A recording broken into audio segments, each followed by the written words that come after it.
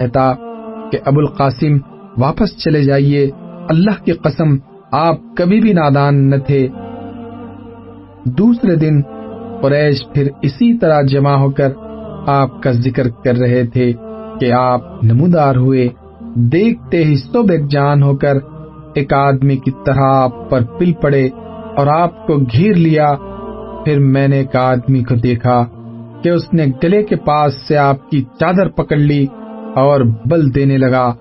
ابو بکر آپ کے بچاؤ میں لگ گئے۔ وہ روتے جاتے تھے اور کہتے جاتے تھے، کیا تم لوگ ایک آدمی کو اس لیے قتل کر رہے ہو کہ وہ کہتا ہے میرا رب اللہ ہے؟ اس کے بعد وہ لوگ آپ کو چھوڑ کر پلٹ گئے۔ عبداللہ بن عمر بن عاص کہتے ہیں کہ یہ سب سے سخت ترین ایذا رسانی تھی جو میں نے قریش کو کبھی کرتے ہوئے دیکھی۔ صحیح بخاری میں حضرت عروہ بن زبیر سے ان کا بیان مروی ہے کہ میں نے عبداللہ بن عمر بن عاص سے سوال کیا کہ مشرکین نے نبی صلی اللہ علیہ وسلم کے ساتھ جو سب سے سخت ترین بدسلوکی کی تھی، آپ مجھے اس کی تفصیل بتائیے۔ انہوں نے کہا کہ نبی صلی اللہ علیہ وسلم خانہ کعبہ کے پاس حتیم میں نماز پڑھ رہے تھے کہ عقبہ بن ابی معیط آ گیا۔ اس نے آتے ہی اپنا کپڑا آپ کی گردن میں ڈال کر نہایت سختی کے ساتھ آپ کا گلا گھونٹا۔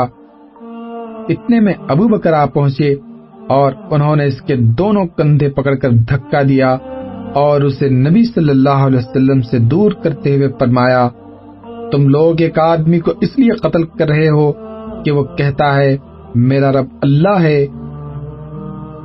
حضرت اسماء کی روایت میں مزید تفصیل ہے کہ حضرت ابو بکر کے پاس یہ چیخ پہنچی کہ اپنے ساتھی کو بچاؤ۔ وہ جھٹ ہمارے پاس سے نکلے، ان کے سر پر 4 چوٹیاں تھی۔ وہ یہ کہتے ہوئے گئے کہ تم لوگ ایک آدمی کو محض اس لیے قتل کر رہے ہو کہ وہ کہتا ہے میرا رب اللہ ہے۔ مشرکین نبی صلی اللہ علیہ وسلم کو چھوڑ کر ابو بکر پر پل پڑے۔ وہ واپس آئے تو حالت یہ تھی کہ ہم ان کی چوٹیوں کا جو بال بھی چھوتے تھے وہ ہماری چٹکی کے ساتھ چلا آتا تھا۔ حضرت حمزہ کا قبول اسلام۔ مکہ کی فضا ظلم و جور کے ان سیاہ بادلوں سے گمبھیر تھی کہ اچانک ایک بجلی چمکی اور مقہوروں کا راستہ روشن ہو گیا، یعنی حضرت حمزہ مسلمان ہو گئے۔ ان کے اسلام لانے کا واقعہ 6 نبوی کے عقیر کا ہے اور اغلب یہ ہے کہ وہ ماہ ذی الحجہ میں مسلمان ہوئے تھے۔ ان کے اسلام لانے کا سبب یہ ہے کہ ایک روز ابو جہل کوہ صفا کے نزدیک رسول اللہ کے پاس سے گزرا تو آپ کو ایذا پہنچائی اور سخت سست کہا۔ رسول اللہ خاموش رہے اور کچھ بھی نہ کہا، لیکن اس کے بعد اس نے آپ کے سر پر ایک پتھر دے مارا جس سے ایسی چوٹ آئی کہ خون بہہ نکلا۔ پھر وہ خانہ کعبہ کے پاس قریش کی مجلس میں جا بیٹھا۔ عبداللہ بن جدان کی ایک لونڈی کوہ صفا پر واقع اپنے مکان سے سارا منظر دیکھ رہی تھی۔ حضرت حمزہ کمان حمائل کی اس شکار سے واپس تشریف لائے تو اس نے ان سے ابو جہل کی ساری حرکت کہہ سنائی۔ حضرت حمزہ غصے سے بھڑک اٹھے۔ یہ قریش کے سب سے طاقتور اور مضبوط جوان تھے۔ ماجرا سن کر کہیں ایک لمحہ کیے بغیر دوڑتے ہوئے یہ تہیہ کیے ہوئے آئے کہ جو ہی ابو جہل کا سامنا ہوگا اس کی مرمت کر دیں گے۔ چنانچہ مسجد حرام میں داخل ہو کر سیدھے اس کے سر پر جا کھڑے ہوئے اور بولے، تو میرے بھتیجے کو گالی دیتا ہے، حالانکہ میں بھی اسی کے دین پر ہوں۔ اس کے بعد کمان سے زور کی مار ماری کہ اس کے سر پر بدترین قسم کا زخم آ گیا۔ اس پر ابو جہل کے قبیلے بنو مخزوم اور حضرت حمزہ کے قبیلے بنو ہاشم کے لوگ ایک دوسرے کے خلاف بھڑک اٹھے، لیکن ابو جہل نے کہہ کر انہیں خاموش کر دیا کہ ابو عمارہ کو جانے دو، میں نے واقعی اس کے بھتیجے کو بہت بری گالی دی تھی۔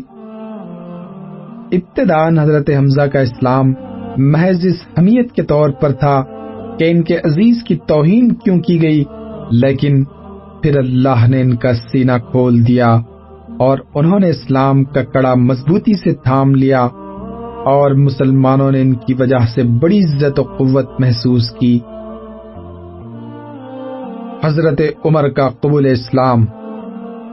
ظلم و طغیان کے سیاہ بادلوں کی اسی گمبھیر فضا میں ایک اور برق تاباں کا جلوہ نمودار ہوا، جس کی چمک پہلے سے زیادہ قیرہ کن تھی، یعنی حضرت عمر مسلمان ہو گئے۔ ان کے اسلام لانے کا واقعہ 6 نبوی کا ہے۔ وہ حضرت حمزہ کے صرف 3 دن بعد مسلمان ہوئے تھے، اور نبی صلی اللہ علیہ وسلم نے ان کے اسلام لانے کے لیے دعا کی تھی۔ چنانچہ امام ترمذی نے ابن عمر سے روایت کی ہے اور اسے صحیح بھی قرار دیا ہے۔ اسی طرح طبرانی نے حضرت ابن مسعود اور حضرت انس سے روایت کی ہے کہ نبی صلی اللہ علیہ وسلم نے فرمایا، اے اللہ، عمر بن خطاب اور ابو جہل بن حشام میں سے جو شخص تیرے نزدیک زیادہ محبوب ہے، اس کے ذریعے سے اسلام کو قوت پہنچا۔ اللہ نے یہ دعا قبول فرمائی اور حضرت عمر مسلمان ہو گئے۔ اللہ کے نزدیک ان دونوں میں زیادہ محبوب حضرت عمر تھے۔ حضرت عمر کے اسلام لانے سے متعلق جملہ روایات پر مجموعی نظر ڈالنے سے واضح ہوتا ہے کہ ان کے دل میں اسلام رفتہ رفتہ جاگزیں ہوا۔ مناسب معلوم ہوتا ہے کہ ان روایات کا خلاصہ پیش کرنے سے پہلے حضرت عمر کے مزاج اور جذبات و احساسات کی طرف بھی مختصراً اشارہ کر دیا جائے۔ حضرت عمر اپنی تند مزاجی اور سخت خوئی کے لیے مشہور تھے۔ مسلمانوں نے طویل عرصے تک ان کے ہاتھوں طرح طرح کی سختیاں جھیلیں۔ ایسا معلوم ہوتا ہے کہ ان میں متضاد قسم کے جذبات باہم دست و گریباں تھے۔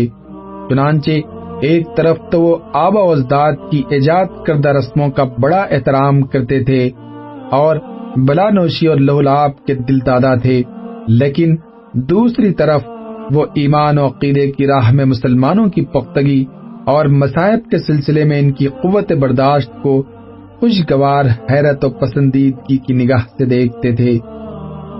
پھر ان کے اندر کسی بھی عقل مند آدمی کی طرح شکوک و شبہات کا ایک سلسلہ تھا جو رہ رہ کر ابھرا کرتا تھا کہ اسلام جس بات کی دعوت دے رہا ہے غالباً وہی زیادہ برتر اور پاکیزہ ہے۔ اسی لیے ان کی کیفیت دم میں ماشا دم میں تولا کسی تھی کہ ابھی بھڑکے اور ابھی ڈھیلے پڑ گئے۔ حضرت عمر کے اسلام لانے کے متعلق تمام روایات کا خلاصہ میں جمع و تطبیق یہ ہے کہ ایک رات انہیں گھر سے باہر رات گزارنی پڑی۔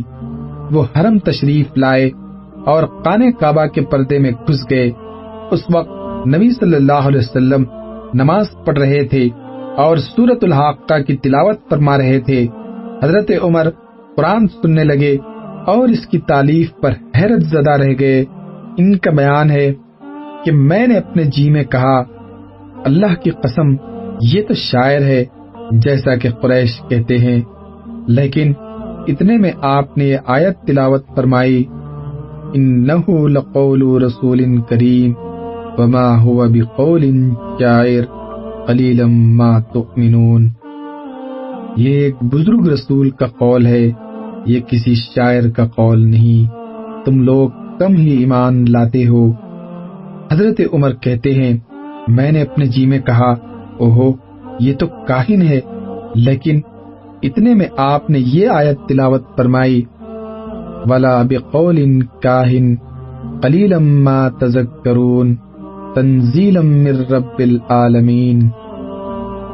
یہ کسی کاہن کا قول بھی نہیں، تم لوگ کم ہی نصیحت قبول کرتے ہو، یہ اللہ رب العالمین کی طرف سے نازل کیا گیا ہے۔ حضرت عمر کا بیان ہے کہ اس وقت میرے دل میں اسلام جاگزیں ہو گیا۔ یہ پہلا موقع تھا کہ حضرت عمر کے دل میں اسلام کا بیج پڑا، لیکن ابھی ان کے اندر جاہلی جذبات، تقلیدی عصبیت اور آبا و اجداد کے دین کی عظمت کا احساس کا چھلکا اتنا مضبوط تھا کہ نہا خانہ دل کے اندر مچلنے والی حقیقت کے مغز پر غالب رہا۔ اس لیے وہ اس چھلکے کی تہ میں چھپے ہوئے شعور کی پرواہ کیے بغیر اپنے اسلام دشمن عمل میں سرگرداں رہے۔ ان کی طبیعت کی سختی اور رسول اللہ سے فرط عداوت کا یہ حال تھا کہ ایک روز خود جناب محمد رسول اللہ کا کام تمام کرنے کی نیت سے تلوار لے کر نکل پڑے، لیکن ابھی راستے ہی میں تھے کہ نعیم بن عبداللہ سے ملاقات ہو گئی۔ اس نے تیور دیکھ کر پوچھا، عمر کہاں کا ارادہ ہے؟ انہوں نے کہا، محمد کو قتل کرنے جا رہا ہوں۔ اس نے کہا، محمد کو قتل کر کے بنو ہاشم اور بنو زہرہ سے کیسے بچ سکو گے؟ حضرت عمر نے کہا، معلوم ہوتا ہے تم بھی اپنا پچھلا دین چھوڑ کر بے دین ہو چکے ہو۔ اس نے کہا، عمر ایک عجیب بات نہ بتا دوں؟ تمہاری بہن اور بہن بھائی بھی تمہارا دین چھوڑ کر بے دین ہو چکے ہیں۔ یہ سن کر عمر غصے سے بے قابو ہو گئے اور سیدھے بہن بھائی کا رخ کیا۔ وہاں انہیں حضرت قباب بن ارت سورہ طٰہٰ پر مشتمل ایک صحیفہ پڑھا رہے تھے اور قرآن پڑھانے کے لیے وہاں آنا جانا حضرت قباب کا معمول تھا۔ جب حضرت قباب نے حضرت عمر کی آہٹ سنی تو گھر کے اندر چھپ گئے۔ ادھر حضرت عمر کی بہن فاطمہ نے صحیفہ چھپا دیا، لیکن حضرت عمر گھر کے قریب پہنچ کر حضرت قباب کی قرات سن چکے تھے۔ چنانچہ پوچھا کہ یہ کیسی دھیمی دھیمی آواز تھی جو تم لوگوں کے پاس میں نے سنی تھی؟ انہوں نے کہا، کچھ بھی نہیں، بس ہم آپس میں باتیں کر رہے تھے۔ حضرت عمر نے کہا، غالباً تم دونوں بے دین ہو چکے ہو۔ بہنوئی نے کہا، اچھا عمر یہ بتاؤ، اگر حق تمہارے دین کے بجائے کسی اور دین میں ہو تو؟ حضرت عمر کا اتنا سننا تھا کہ اپنے بہنوئی پر چڑھ بیٹھے اور انہیں بری طرح کچل دیا۔ ان کی بہن نے لپک کر انہیں اپنے شوہر سے الگ کیا تو بہن کو ایسا چانٹا مارا کہ چہرہ خون آلود ہو گیا۔ ابن ساخ کی روایت ہے کہ ان کے سر میں چوٹ آئی۔ بہن نے جوش غضب میں کہا، عمر اگر تیرے دین کے بجائے دوسرا ہی دین برحق ہو تو اشہد ان لا الہ الا اللہ واشہد ان محمد الرسول اللہ، میں شہادت دیتی ہوں کہ اللہ کے سوا کوئی لائق عبادت نہیں، اور میں شہادت دیتی ہوں کہ محمد اللہ کے رسول ہیں صلی اللہ علیہ وسلم۔ یہ سن کر حضرت عمر پر مایوسی کے بادل چھا گئے اور انہیں اپنی بہن کے چہرے پر خون دیکھ کر شرم و ندامت بھی محسوس ہوئی۔ کہنے لگے، اچھا یہ کتاب جو تمہارے پاس ہے ذرا مجھے بھی پڑھنے کو دو۔ بہن نے کہا، تم ناپاک ہو، اس کتاب کو صرف پاک لوگ ہی چھو سکتے ہیں، اٹھو غسل کرو۔ حضرت عمر نے اٹھ کر غسل کیا، پھر کتاب لی اور بسم اللہ الرحمن الرحیم پڑھی۔ کہنے لگے، یہ تو بڑے پاکیزہ نام ہیں۔ اس کے بعد طٰہٰ سے اننی انا اللہ لا الہ الا انا فاعبدنی واقم الصلاۃ لذکری تک قرات کی۔ کہنے لگے، یہ تو بڑا عمدہ اور بڑا محترم کلام ہے، مجھے محمد کا پتہ بتاؤ صلی اللہ علیہ وسلم۔ حضرت قباب حضرت عمر کی یہ فقرے سن کر اندر سے باہر آ گئے۔ کہنے لگے، عمر خوش ہو جاؤ، مجھے امید ہے کہ رسول اللہ نے جمعرات کی رات تمہارے متعلق جو دعا کی تھی کہ اے اللہ عمر بن خطاب یا ابو جہل بن ہشام کے ذریعے اسلام کو قوت پہنچا، یہ وہی دعا ہے، اور اس وقت رسول اللہ کوہ صفا کے پاس والے مکان میں تشریف فرما ہے۔ یہ سن کر حضرت عمر نے اپنی تلوار حمائل کی اور اس گھر کے پاس آ کر دروازے پر دستک دی۔ ایک آدمی نے اٹھ کر دروازے کی دراز سے جھانکا تو دیکھا کہ عمر تلوار حمائل کیے موجود ہیں۔ لپک کر رسول اللہ کو اطلاع دی اور سارے لوگ سمٹ کر ایک جا ہو گئے۔ حضرت حمزہ نے پوچھا، کیا بات ہے؟ لوگوں نے کہا، عمر ہے۔ حضرت حمزہ نے کہا، بس عمر ہے، دروازہ کھول دو، اگر وہ خیر کی نیت سے آیا ہے تو اسے ہم عطا کریں گے، اور اگر کوئی برا ارادہ لے کر آیا ہے تو ہم اسی کی تلوار سے اس کا کام تمام کر دیں گے۔ ادھر رسول اللہ اندر تشریف فرما تھے، آپ پر وحی نازل ہو رہی تھی۔ وہی نازل ہو چکی تو حضرت عمر کے پاس تشریف لائے۔ بیٹھک میں ان سے ملاقات ہوئی۔ آپ نے ان کے کپڑے اور تلوار کا پرتلا سمیٹ کر پکڑا اور سختی سے جھٹکتے ہوئے فرمایا، عمر، کیا تم اس وقت تک باز نہیں آؤ گے جب تک اللہ تعالیٰ تم پر بھی ویسی ہی ذلت اور رسوائی اور عبرتناک سزا نازل نہ فرما دے جیسی ولید بن مغیرہ پر نازل ہو چکی ہے؟ یا اللہ، یہ عمر بن خطاب ہے۔ یا اللہ، اسلام کو عمر بن خطاب کے ذریعے قوت و عزت عطا فرما۔ آپ کے اس ارشاد کے بعد حضرت عمر نے حلقہ بگوش اسلام ہوتے ہوئے فرمایا، اشہد ان لا الہ الا اللہ وانک رسول اللہ، میں گواہی دیتا ہوں کہ یقیناً اللہ کے سوا کوئی لائق عبادت نہیں۔ میں آپ سے امید رکھتا ہوں کہ اگر آپ کو انشاءاللہ یہ ویڈیو پسند آئی تو ضرور اپنے دوستوں، اپنی فیملی انشاءاللہ ضرور ان کے ساتھ شیئر کیجیے گا۔ جزاکم اللہ خیر۔